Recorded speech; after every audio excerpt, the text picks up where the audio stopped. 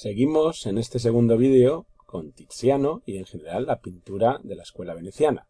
Os estaba diciendo que Tiziano fue bueno en todo lo que hizo, no solamente en sus cuadros religiosos, en los que logró un gran sentimiento de misticismo y patetismo, pero a la vez con belleza y monumentalidad. También os decía que en los retratos, volviendo a la grandiosidad de los retratos romanos, apoteósicos, en este caso para la Casa Real Española, y por supuesto en sus cuadros mitológicos y profanos, donde supo personificar ese gusto por la sensualidad, la belleza, la alegría y la propia pintura que representa Venecia. Vamos a centrarnos entonces en su trayectoria y vamos a empezar con sus cuadros religiosos. Tiziano parece ser que se formó con los Bellini y quizá hasta con Giorgione como discípulo suyo, y fue digno continuador de esa novedad que suponía Giorgione de darle al paisaje el máximo protagonismo y que las figuras fueran parte de él y no que el paisaje fuera un simple telón para representar las figuras. Parece ser que ambos, Giorgione y Tiziano, decoraron la fonda de los alemanes, que en italiano se decía el Fondaco di Tedeschi, que era un centro para alojar a los comerciantes que venían de Alemania y que residían en Venecia, dentro de ese comercio internacional tan activo de la ciudad de La Laguna.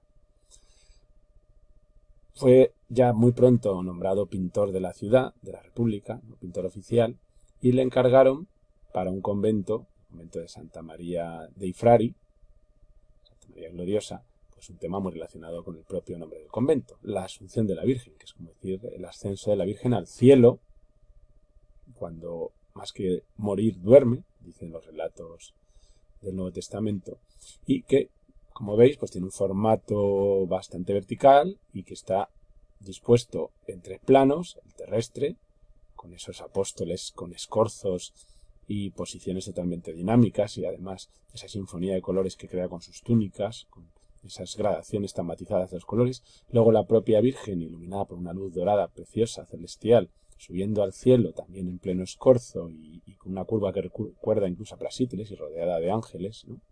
Y Dios Padre que le está esperando arriba, en la gloria celestial. Es, en ese sentido, una composición que tomará mucho la pintura española cuando hace las Inmaculadas, esa composición de la Virgen con una luz dorada, y en ese ambiente celestial, pero sin tanta majestuosidad como Tiziano. Aquí lo podéis ver, ¿no? Del mismo estilo es la llamada Virgen de los Pésaros, hecha un poquito después, donde podemos ver incluso a un turco con su turbante y a los comitentes, ¿no? Junto con la Virgen, San José y el Niño en una composición un poco quizá desequilibrada hacia la derecha, pero tirando a piramidal, con esas dos columnas que la centran, ¿no? Y los ángeles con la cruz de la Pasión. Una composición majestuosa, con grandes retratos, como veis, lujosos, ¿no? Y muy psicológicos de los comitentes, pero con esas vírgenes bellas, jóvenes, con esas túnicas rojas que como nadie hizo él, ¿no? Y esos niños tan achuchables, tan regordetes, tan mórbidos, que también vemos. La coronación de espinas os da una idea de lo que os decía al principio, ¿no? Del patetismo que es capaz de lograr, de ese influjo que se ve de Miguel Ángel en sus escorzos, ¿no? Y a veces incluso en figuras musculosas, pero no es eso lo que caracteriza a Tiziano, no es precisamente la terribilidad ni la musculosidad hercúlea de Miguel Ángel, aunque a veces, pues como aquí lo podemos ver, ¿no? Y en este caso, pues podemos decir que también es una pintura ya más manierista que renacentista. Fijaros dónde firma, en los escalones, como firma en latín, Titianus, ¿no? Fecit, la F, porque Tiziano siempre es un hombre muy, muy consciente de su categoría como artista y que no quiere que se olvide quién ha hecho los cuadros. En la pintura mitológica va a destacar la Venus de Urbino, que está en Florencia y que vamos a ver en un momento. Pero también tiene este amor sacro y amor profano, que representa, pues ya sabéis, el amor eterno y el amor terrenal. Y curiosamente, aquí el amor eterno aparece la joven desnuda y el amor terrenal más humano, la joven vestida, ¿no? Con Cupido en medio, con esa especie de tumba, o bueno, más que tumba, estanque, en el que está metiendo la mano, ¿no? Y esas rosas que representan el amor. De nuevo esos paisajes en los que están insertas las figuras plenamente, de alguna manera, integradas en él, y ese gusto por la pincelada suelta y por conseguir los claroscuros y el relieve y el volumen mediante las gamas de colores que es tan típico de los venecianos, y con esa luz dorada tan bonita y esa predominancia de los colores cálidos que siempre veremos en ellos, ¿no? Y que podemos ver también en esta bacanal, ¿no? En este triunfo de Baco, donde vemos a la gente, pues eso, en plena celebración del vino y del amor, y a lo Venus, esa mujer totalmente sensual, recostada en primer plano, con esa postura tan incitante, y un sileno ebrio arriba en la colinita, borracho, y luego los que están bebiendo, entre los que hay también silenos y sátiros y humanos, ¿no? Con esos jóvenes bailando que representarían, pues, la alegría y el amor, ¿no? Entonces, es una composición muy estudiada, con mucho simbolismo, fijaros el barco al fondo, ¿no? También, y con ese preciosismo y esa suntuosidad de la escuela veneciana. Pero dentro de los que nos pueden preguntar en el Abau, hay que centrarse en dos: la Venus de Urbino y el retrato de Carlos V. Aquí la fecha está equivocada, es un retrato de 1548, hay que corregirlo. Es un retrato hecho después de la batalla de Mühlberg, que es de 1547, para conmemorar la victoria de las tropas de Carlos V frente a los protestantes alemanes de la Liga de Esmalcalda. Es uno de los momentos más importantes de la vida del emperador, una de sus victorias más resonantes. Y aunque él no participó directamente en la batalla, su hermana María de Hungría quiso que Tiziano le retratara al modo del caballero cristiano, defensor del catolicismo, que ha derrotado a los protestantes, y que, cual San Jorge, va con su caballo y con su lanza al combate, todo sereno, todo digno, y con un caballo con un estudiado encabritamiento. Este caballo, por cierto, servirá de modelo a otros muchos, y en general el tipo de retrato ecuestre que hace aquí Tiziano, y que ya habíamos visto en los condotieros, ¿no?, en el siglo anterior en la escultura, pues va a ser muy, muy usado por Rubens o por Velázquez para retratar a otros monarcas, incluso, por supuesto, a los Austrias. Parece que la armadura, se sabe que la armadura y todo lo que es el enjaezamiento del caballo, ¿no?, pues eso se conserva en palacio. Y llama la atención el paisaje crepuscular, muy nórdico, muy influido por los paisajes nórdicos que se hacían en Alemania, en Flandes, ¿no?, con esos tonos rojos, morados, naranjas, ¿no?, que aquí pues añaden grandiosidad al conjunto, y como embellecen lo que puede al emperador con esa mandíbula tan sobresaliente de los Austrias, y le hace parecer pues menos exagerada de lo que es. Y una armadura milanesa preciosa, ¿no? Pero como veis, aquí no hay un dibujo a partir del cual, aunque está más marcado quizá que en otros, pero sobre todo es la pincelada, la creadora, y se ve mucho en el paisaje, quizá menos en el propio emperador, donde sí se ve más presencia del dibujo. Este tipo de retratos, ya digo que se pueden llamar apoteósicos, y son retratos políticos, retratos de propaganda, donde aparece con toda su grandeza, y en este caso como el caballero cristiano que siempre quiso personificar, el defensor del Papa y de la cristiandad frente a las herejías, el emperador Carlos. No es de extrañar que fuera su pintor favorito. Ya lo había retratado de todas maneras de joven, cuando había sido coronado emperador en Bolonia. Y la Venus de Urbino, que es anterior, 10 años anterior, deudora de la Venus de Giorgione, pero a diferencia de ella está en un interior. Es un retrato, es una obra que es un encargo que le hace el duque de Urbino, el hijo del duque, mejor dicho, para regalar a su esposa, un regalo nupcial, y claramente, su esposa que tenía 10 años, cuidado, porque estos matrimonios se concertaban así, pues alude a la fidelidad, el perro, la sensualidad y el amor, la Venus recostada tapándose el pubis y en actitud incitante con las rosas de la pasión, ¿no?, y la fertilidad.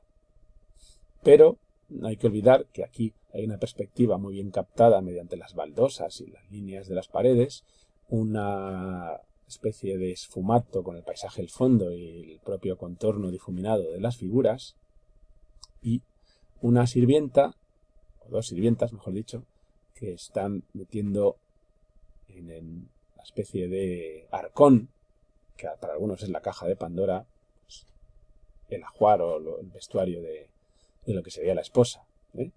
Fijaros cómo aquí ha dejado de ser tan divina, dormida como estaba en Giorgione, nos está mirando más incitante, se ha hecho en ese sentido quizá un poco más vulgar, más cortesana, Venus, ¿no? Y claramente aludiría al matrimonio. Influirá mucho en Manet, por supuesto, en Olimpia, podéis buscarla, Olimpia de Manet, que es una prostituta a la que va a retratar así este impresionista a finales del siglo XIX. Y es claramente un cuadro sensual y amoroso. Bueno, de los retratos y de los cuadros mitológicos tiene muchísimos más, que no tendríamos tiempo de ver ahora. Acordaos que os dije que el tema de Danae le gustaba especialmente. Fecundada por Zeus, porque era la única manera que podía Zeus poseerla mediante una lluvia dorada, ya que su padre la había encerrado y estaba muy bien vigilada. Parece ser que estos cuadros, que muchos de ellos pues, se los quedaron Carlos V y Felipe II, eran para su disfrute privado y tenían una intención claramente sensual y se guardaban bajo 7 llaves y alejados de la vista de la Inquisición.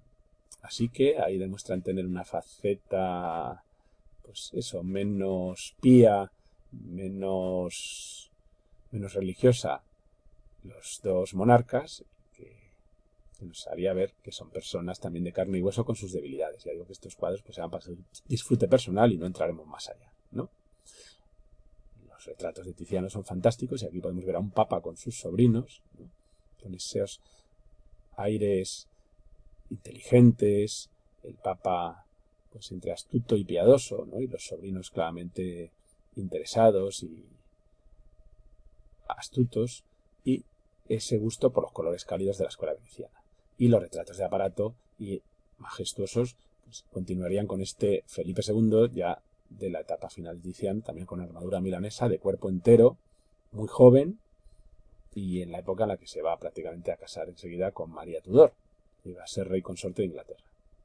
Venus y Adonis, en la línea de los cuadros mitológicos, muestran a un Adonis, que es la viva representación en la cara de Felipe II. Y Venus recreándose en el amor y la música serían estos cuadros entre mitológicos y profanos que mezclan el amor, la música, la poesía y el disfrute de la vida, ¿no? Con esa Venus otra vez recostada y a la que le está diciendo algo pícaramente Cupido, Eros, ¿no?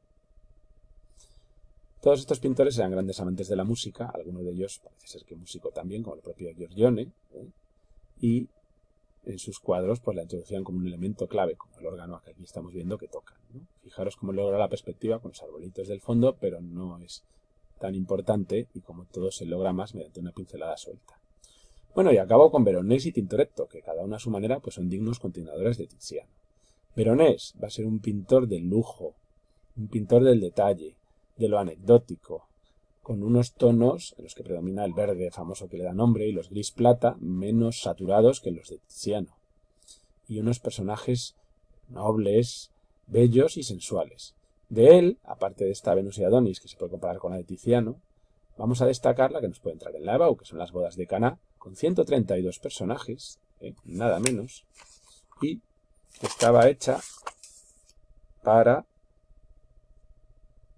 un edificio de un convento benedictino de Venecia para el comedor y que Napoleón, ni corto ni perezoso, se llevó a Francia en 1797 y allí sigue en el Museo del Louvre. Cristo, que está en el centro, pues casi parece lo de menos. Entonces este cuadro le causó muchos problemas con la Inquisición. Están representados los 4 pintores de la escuela veneciana aquí como un grupo de músicos venecianos. Está Giorgione, Tiziano, Tintoretto y Veronese.